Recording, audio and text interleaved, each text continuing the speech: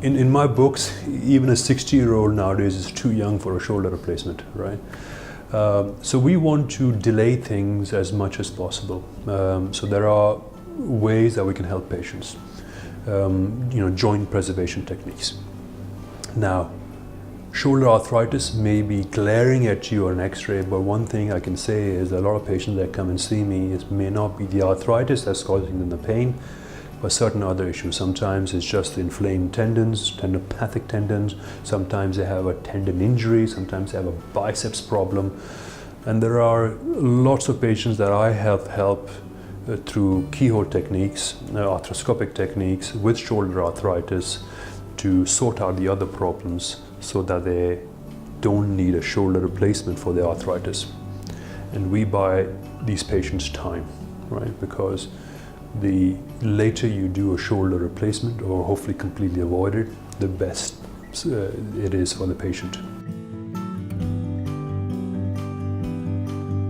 The answer to that is, well, it depends, right? If there is a small defect that we've gone in and debrided and we put a little patch on it and put a covering on it, yes, you can, regenerate a newer kind of cartilage.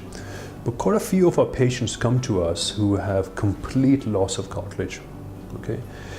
So there has to be an understanding of how regeneration works. So regeneration requires three things. It needs the growth factors, number one.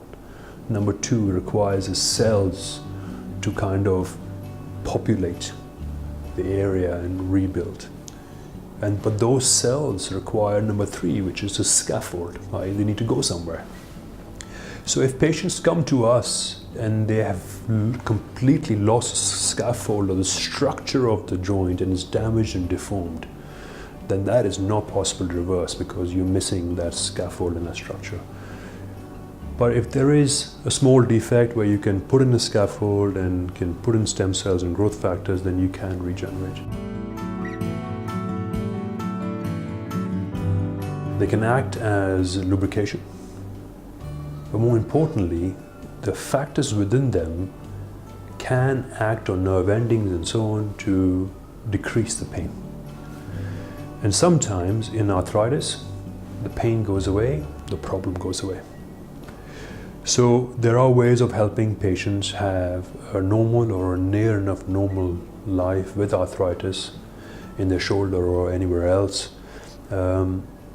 without doing shoulder replacements, by using other strategies of joint preservation, which includes some quite complex normal surgery as well as biologics.